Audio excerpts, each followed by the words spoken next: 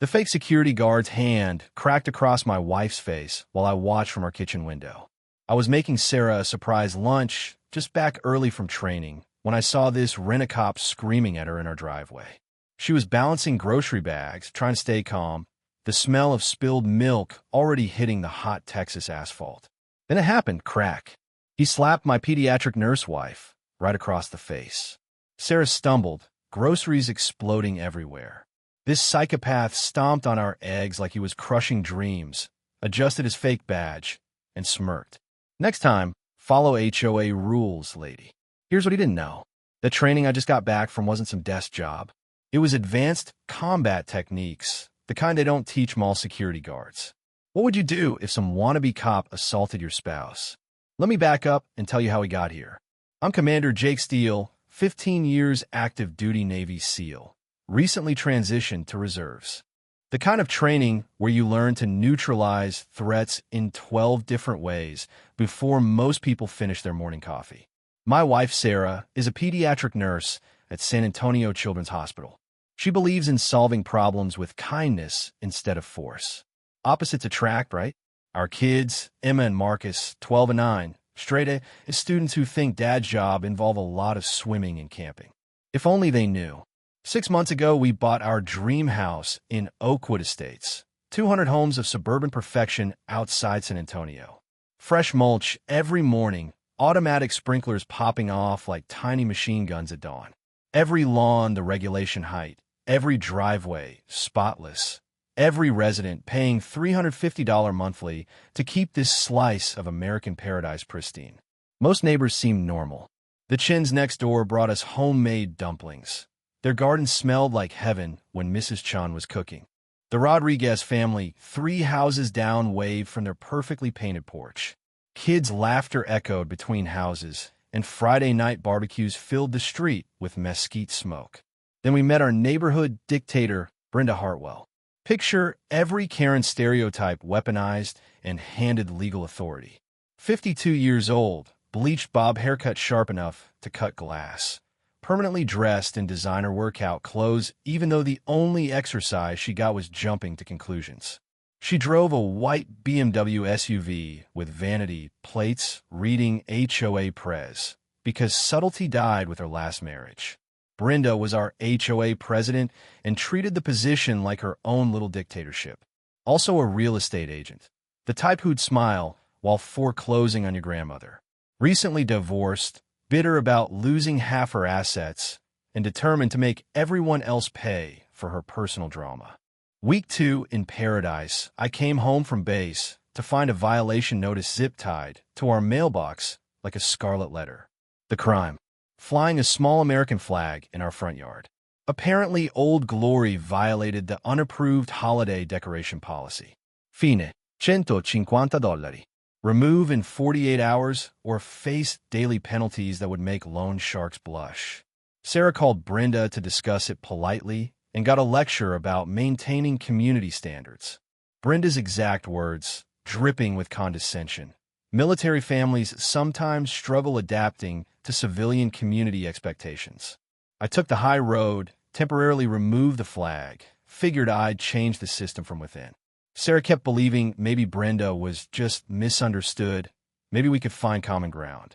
That optimism lasted until Brenda unleashed her secret weapon. Derek Hartwell, her 28-year-old unemployed nephew, our new security contractor. Derek was what happens when delusions of grandeur meet complete incompetence. Failed police academy twice. Psychological evaluation cited temperament unsuitable for law enforcement. Translation: too stupid to be a real cop. He drove around in a white pickup with magnetic security signs that probably came from a cereal box, wearing a surplus uniform that fooled absolutely nobody with functioning brain cells. The crunch of gravel under his tires became our neighborhood's most annoying soundtrack. Things escalated fast. Commercial vehicle violation on my F-150 because of veteran plates. Grass height citation, even though I'd measured it 25 inches, well under the 5-inch limit. Every time I challenged him, same smug reply: "My measurements is what counts, pal." The implied threats in his voice made my jaw clench. In Fallujah, guys who threatened families got introduced to advanced conflict resolution. But this was suburbia, so I hit the books instead. Texas property code, HOA bylaws, legal loopholes. I filed formal complaints demanding Derek's credentials and proper documentation. Brenda called an emergency board meeting on a Tuesday at 2 p.m. when every working resident couldn't attend, barely legal under their own rules. Sarah went alone while I was stuck at base. She presented our case professionally. No measurements listed, no licensed inspector, procedures not followed. Reasonable request for remeasurement with witnesses. Instead, Brenda changed the rules mid-meeting to give Derek full authority for immediate citations. Vote passed 3-1. Sarah's dissent ignored like a whisper in a hurricane. Derek celebrated by unleashing citation hell. Kids' bikes on the lawn, $150. Visible garden hose, $150. Welcome mat not perfectly centered, $150. Total in one afternoon, for $150. At that rate, he could fund a small country's defense budget. The neighborhood Facebook group turned into a digital witch trial. Brenda posted about families who don't understand community values. Nancy added that military people think rules don't apply because they have guns. I dug deeper. Derek had 0 licenses, 0 insurance, 0 legal authority. His company didn't exist in any state database. Unlicensed security can't issue citations or claim law enforcement power. I filed complaints with the county sheriff and state attorney general, requested all HOA financial records. Derek panicked and escalated. He followed Sarah to the grocery store, parked outside the children's hospital, cruised past our house every evening at 6 p.m. sharp, staring through her kitchen window while we ate dinner. He even approached Emma and Marcus at the school bus stop, telling my 12-year-old daughter her family was getting a reputation, and maybe we should find a community more suitable for our lifestyle. Something cold and lethal settled in my chest. You threaten me? Annoying. You threaten my wife? We've got problems.